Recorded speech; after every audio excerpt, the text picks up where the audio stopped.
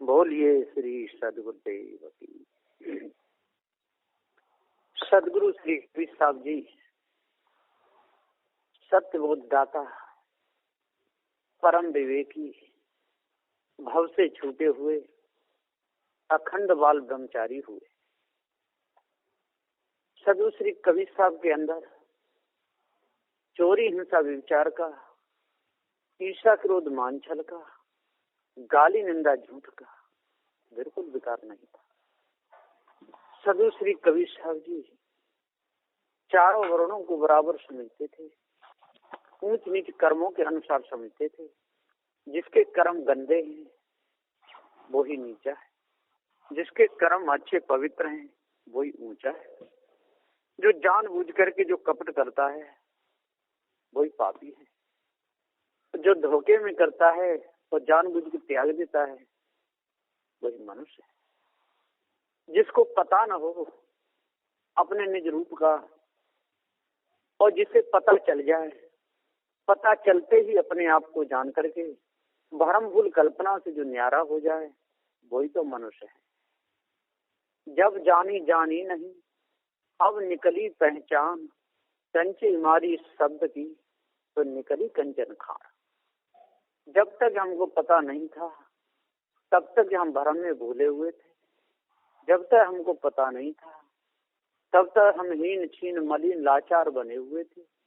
जब तक हमको पता नहीं था तब तक पत्थरों की मूर्तियों के सामने लेट लेट करके सिर झुकाते। जब तक हमको पता नहीं था तब तक एक पैर से खड़े होकर के सूर्य और सूर्य को लोटा चढ़ाते थे। जब तक हमको पता नहीं था तब तक नदी नालों की परिक्रमा लगाते थे। जब तक हमको पता नहीं था तब तक पहाड़ों की पूजा जय करते थे।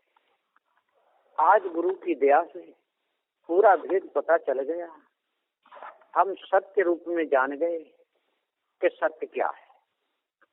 महाराज दशरथ के पुत्र राम थे।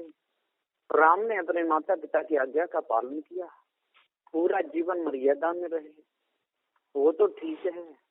उस गुण को सबको अपने अंदर धारण करना चाहिए, उसी अनुसार चलना चाहिए। लेकिन जो राम ने जो कर्म किए, जैसे भी किए हो, उनका कर्म का फल उनको मिलेगा, हमारे कर्मों का फल हमको मिलेगा। जैसी करनी और तैसी भरनी।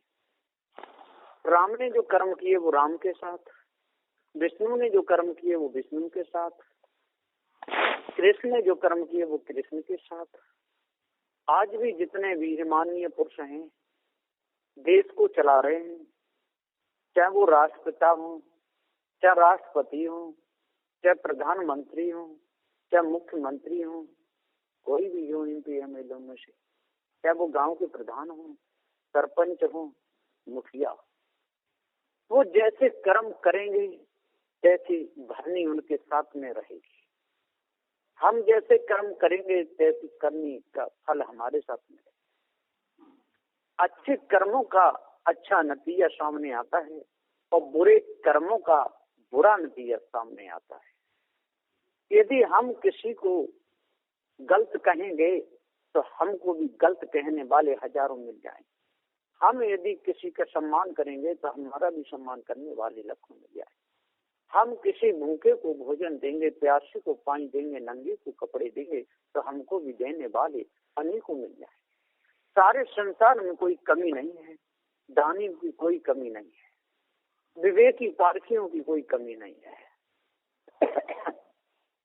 राम के मानने वालों की भी कोई कमी नहीं, कृष्ण के मानने वालों की भी कोई कमी नहीं, विष्णु के मानने वालों की कोई कमी नहीं, ईश ब्रह्म परमात्मा के नाम की माला फेरने वालों की संसार में कोई कमी नहीं, शंख बजाने वालों की कोई कमी नहीं, माला फिराने वालों की कोई कमी नहीं, नंग धड़ंग दौड़ने वालों की कोई कमी नहीं, 108 गाने की माला रखने वालों की कोई कमी नहीं, यज्ञ हवन करने वालों की सारे संसार में कोई कमी नहीं है। तो सदगुरु श्री कबीर साहब जी का जो मुख्य उपदेश है, जो भव से छूटने का है, भाव बंधन में बांधिया एक विचारा जी, बहुत से बंधनों में बता हुआ, केवल छूटे आपने कीड़े छुड़ा गए। बहुत से बंधन है जीव के सामने, काम का, क्रोध का, लोभ का, मोह का, आशा का, तृष्णा का, छल छिद्र कपट का, 4 वेद का, 6 शास्त्र का, 18 पुराणों का, 108 स्मृतियों का, तंत्र का, मंत्र का, जादू का, टोना का, हवन का, होम का, कितने बंधन, पुत्र का, पुत्री का, नाती का, नतनी का, बहन का, बहुत से बंधनों में एक जीव बेचारा बचा हुआ है। बहु बंधन से बांध जाए एक बेचारा, अब एक बंधन हो तो छूट जाए। तो सदगुरुदेव जी कहते हैं कि बहु बंधन से बांधिया एक बेचारा जीव की बल छूटे आपने, ये तो अपने निज बल से छूट सकता है। और पीर छुड़ावे पीर, यहाँ पीर सदगुरुदेव है। सदगुरुदेव सच्चे पीर, सच्चे पूर्ण विवेकी पारखी गुरुदेव भाव से छुड़ा सकते, और कोई छुड़ाने वाला नहीं। जो लोगों ने अपने आप पीर माना है, मायावी गुरुबा लोगों ने जो उपदेश दिया है, जो भटकाने वालों ने जो उपदेश दिया है, जो जड़ मानंदी में फंसाने वालों ने जो उपदेश दिया है,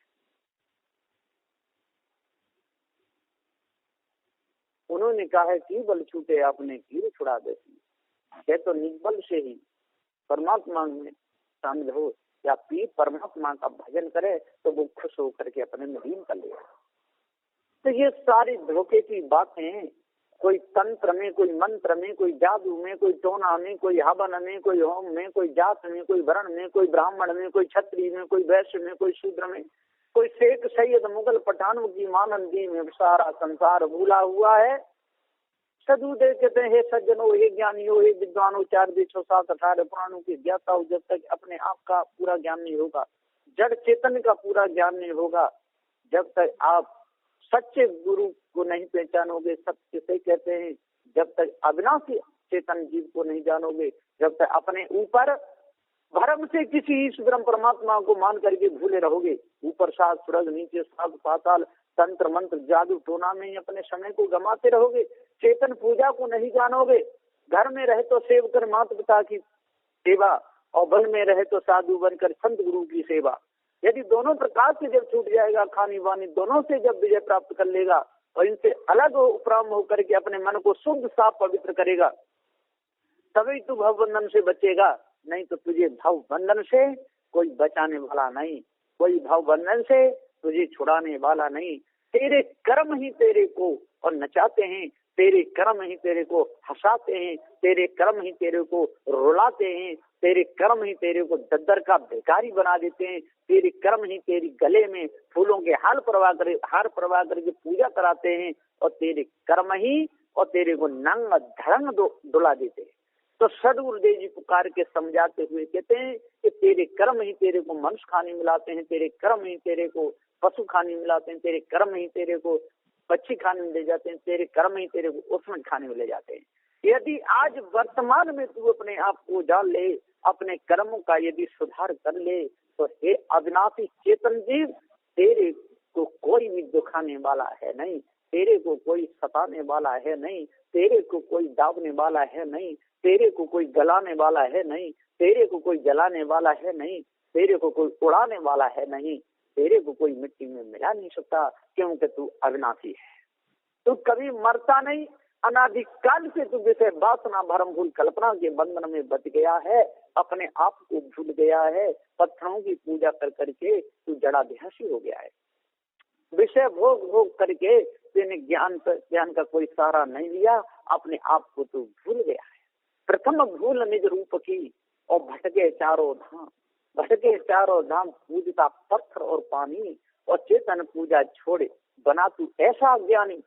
अरे भैया, तू क्यों इतना ज्ञानी बन गया? तू विचार तो कर, जितने विचार वेद लिखे हैं, 6 शास्त्र लिखे हैं, 18 पुराण लिखे हैं, 108 स्मृतियां जो लिखी हैं, तेरे सिवा और कौन लिखेगा? तेरे सिवा कोई लिखने वाला नहीं, तेरे सिवा कोई मिटाने वाला नहीं। तू ही चित्रकारी है, तू ही चित्र बनाता है, तू ही चित्र मिटाता है, तू ही चित्रों के नाम रखता है। अरे तू कारीगर अरबेला क्यों अपने आप को भूल गया? तू कितना बड़ा कारीगर है, तेरे समान कोई सारे संसार में कोई कारीगरी नहीं। अरे कितने बढ़िया तेने सुंदर नदियों के पुल बना दिए, कितने सुंदर तेने मकान महल बना दिए हैं, कितने सुंदर तेने आभूषण बना दिए, कितने सुंदर तेने बर्तन बना दिए, तेने गढ़े सुंदर बना दिए, लकड़ी के मेज टेबल बना दिए, सोने के आभूषण तेने बना दिए। अरे कारीगर, तेरी महिमा वर्णन न जाए। हे चेतन अविनाशी, तू कितना बड़ा कारीगर है। तू अपनी कारीगरी को भूला हुआ है। तू कारीगर स्वयं अपने हृदय से कल्पना करके अपने ऊपर किसी ईश्वर परमात्मा को मान करके, और तू भूल गया है, भूल गया नरगाफिल गंदा, और समय इतना काल को फंदा है। गंदगी में फंस गया, चोरी में फंस गया, हिंसा में फंस गया, विचार में फंस गया, ईर्ष्या क्रोध मान छल में फंस गया, गाली निंदा झूठ में फंस गया, तंत्र मंत्र जादू टोना हवन होम में फंस गया, मारने काटने के चक्कर में फंस गया। तू कसाई बन गया, तेने कत्ल खाने खोल लिए, मांस तो बेच रहा है और कितने सुंदर ढंग से लिखता है। एक जगह में लिखा ओम चिकन भंडार। आप बताइए कितना निर्दयी, कितना पापी, कितना दुराचारी बना हुआ है। दूसरे के गले पर छुरी चलाता है और धड़ से सिर अलग कर देता है। आंखें चढ़ जाती हैं, शरीर सुधर जाता है, इंद्रियां धड़कने लगती हैं, अविनाशी चेतन जी निकल जाता है। उस मांस को, उस गंदगी को, उस रज बीज को, उस गंदगी को, महा सड़े हुए पदार्थ को, और तू बड़े प्रेम से और चक चक करके खाता है, तू चूस करके खाता है। हाँ, धोखे में यदि पूरा ज्ञान नहीं हो पावे आर पार का, तब तक यदि विकल्पी हो जाए तो वो मां हो सकती है। लेकिन जो जान बूझ करके, पक्के ज्ञान पर आ करके, जड़ चेतन का भेद समझ करके, घर परिवार को छोड़ करके, साधु भेद धारण करके यदि कोई ऐसे कर्म करता है तो उसको तो दंड भोगना ही पड़ेगा, बचेगा नहीं। तो सदगुरुदेव जी यहाँ पुकार के समझाते हुए कहते हैं कि भाई चेतन जीव, तू अपने आप जा, तू अजर अमर अखंड है, तू ब्राह्मण क्षत्रिय व शूद्र नहीं, तू तो शुद्ध रूप में चेतन जीव है, तू अमर है, तू अखंड है। अपने ऊपर ईश ब्रह्म परमात्मा की मान भी करना, ईश ब्रह्म परमात्मा को मानना, तंत्र मंत्र जादू टोना को मानना, भूत भवानी चंडी मंडी मरी मसान खरीशों को मानना, देवी देवताओं की पूजा करना, मंदिरों में जा करके पत्थरों के सामने सिर झुकाना, हे अविनाशी तेरा धर्म नहीं है। अरे तू तो सन्यासी है, तू भोग ज्ञाता है, तू वैरागी है, तू तो पूरा वैरागी है, तू पूरा सन्यास साधु है, तू संत है, संतों का ये जीव को, संतों शांत स्वरूप, संतों का ये श्रोता को, जो निर्वार है रूप, जो अपने आप को जो जान ले, जो भव बंधन से जो छूट जाए और भव से छूटने का जो उपदेश दे, अपने अंदर की कालिमा को दूर करे, पास में बैठने वालों को शुद्ध साफ निर्मल उपदेश सुनावे, जड़ चेतन का भेद बता करके, सदग्रंथ बीजक को पढ़ करके, चारों मुख वाणी को समझ करके, तीन मुख वाणी को विजय प्राप्त करके, चार शब्द गुरुमुख वाणी को अपने हृदय में धारण करके जो चलता है, उसका अंतःकरण बिल्कुल पवित्र शुद्ध साफ हो जाता है। किसी प्रकार की कालमा उसके अंदर नहीं रहती। इस घर परिवार में साधु संत आते रहते हैं, पारखी संत आते रहते हैं, बीजक का पठन पाठ में होता रहता है, संध्या पाठ को पढ़ते रहते हैं, छोटे बच्चे भी ध्यान लगाते रहते हैं, भजन को सुनाते रहते हैं, सुनते रहते हैं, माता पिता की प्रेम लगा के सेवा करते हैं, माता पिता भी उनको सच्चा प्रेम देते हैं, अच्छी उसके घर में करनी रहती है, अच्छे विचार उनके घर में रहते हैं, साधु संत सज्जन पुरुष उनके घर में आते रहते हैं, उनके घर में परिवार में खुशी छाई रहती है। जिनके अंदर ऐसा नहीं होता, शराब पीते रहते हैं, शराब पी के लड़ते रहते हैं, मांस खाते रहते हैं, गालियां देते रहते हैं, बड़े दुराचार कर्म करते हैं, बुरे कर्म करते हैं, सट हटता को धारण करके अपने पद से जो गिर जाते हैं, उनका कभी भी अंतःकरण जीवन में शुद्ध नहीं हो सकता। इसलिए आज वर्तमान में अच्छा समय मिला है, ऐसे सुंदर समय को धोखे नहीं खोना चाहिए, अष्टभाषण को धारण करना चाहिए, 10 दोषों को देना चाहिए, तब पूर्ण शांति मिलेगी। वचनी वचनों के साथ में मैं अपनी वाणी पूरा देता हूँ। बोलिए श्री सदगुरुदेव की जय।